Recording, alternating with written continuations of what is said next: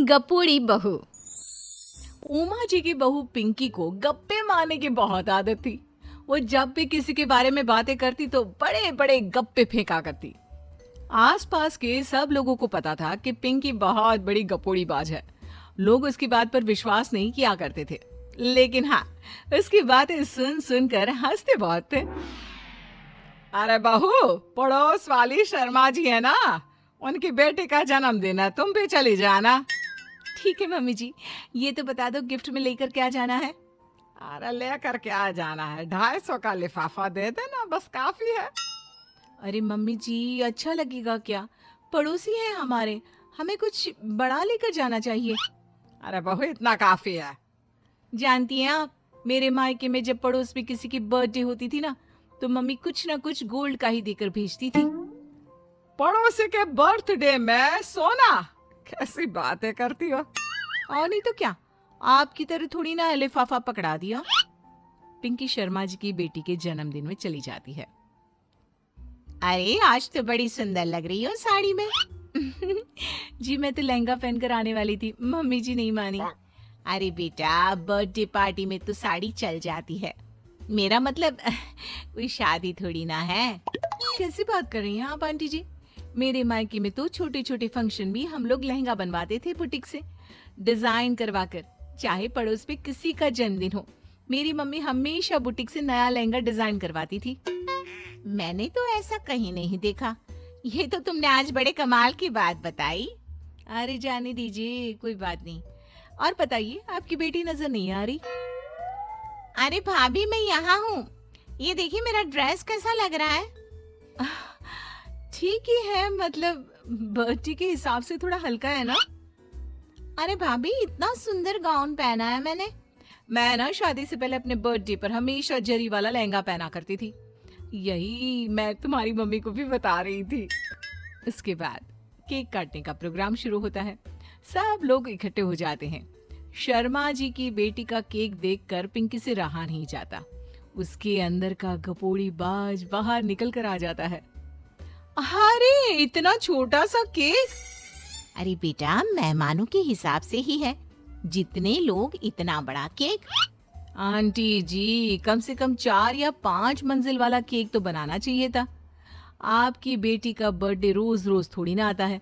मेरे बर्थडे पर हमेशा पापा 4 केक बनवाते थे। सारे केक 4-4 मंजिल के होते थे।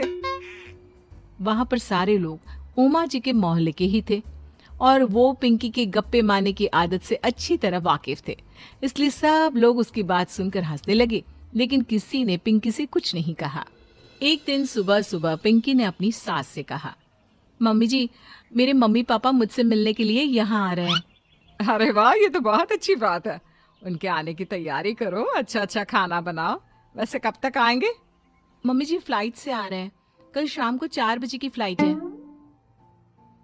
फ्लाइट? लेकिन बेटा, तेरा मायका तो यहाँ से 2 घंटे की दूरी पर है। तेरे मम्मी पापा फ्लाइट से कब से आने लगे? अरे मम्मी जी, आपको पता नहीं है, मेरे मम्मी पापा ना आधे घंटे की दूरी के लिए भी फ्लाइट का टिकट बुक करवाती है। अरे गप्पे थोड़े कम मारा करो बहू। कोई फ्लाइट से तब आएगा ना जब यहाँ पर एयरपोर्ट होगा। तुम्हारी मम्मी क्या उड़कर आएगी घर में? अरे हाँ मम्मी जी, मैं तो भूल ही गई थी। वो क्या ना, मेरे मम्मी पापा हमेशा फ्लाइट से ही ट्रैवल करते हैं, तो मेरे दिमाग से ही निकल गया था। अगले दिन पिंकी के मम्मी और पापा पिंकी से मिलने के लिए उसके घर आते हैं। आइए आइए जी, आपका बहुत बहुत स्वागत है। और समदन जी, हमारी बेटी की कोई शिकायत तो नहीं ना? ठीक से संभाल लिया है ना आपका घर?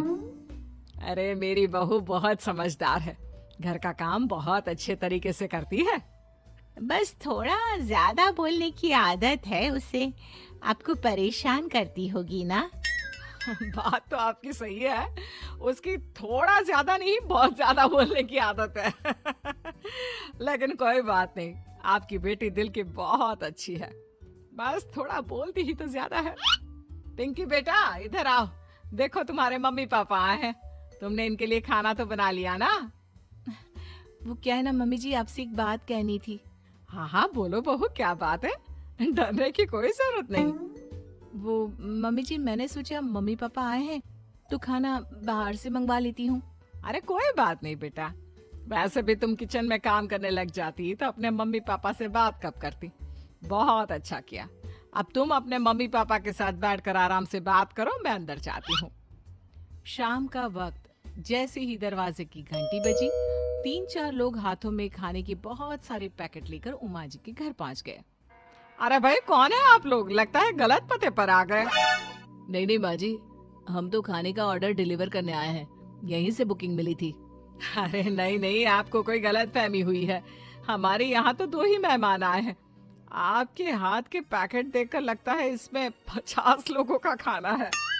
माँ जी, आपने सही समझा, खाना तो इसमें 50 लोगों का ही है, क्योंकि हमें ऑर्डर यहीं से 50 लोगों का मिला है। अरे लेकिन इतना सारा खाना, कहीं मेरी बहू ने अपनी गप मारने की आदत के चलते ऐसा तो नहीं कर दिया? ये खाना आप रख लीजिए और हमें हमारे पैसे दे दीजिए। अच्छा, वैसे कितने का बिल बना है? ज्यादा नहीं, बस 10,000 दे दीजिए। उन लोगों की बात सुनकर उमा जी पिंकी को आवाज देकर वहाँ बुलाती है। जैसे ही पिंकी वहाँ आती है, खुश होते हुए उन लोगों को वहाँ पर खाना रखने के लिए कहती है। अरे इतना सारा खाना क्यों मंगवाया बहू? अरे मम्मी जी, मैंने आपको बताया तो था, मम्मी पापा आए हैं तो मैं खाना बाहर से मंगवा रही हूँ।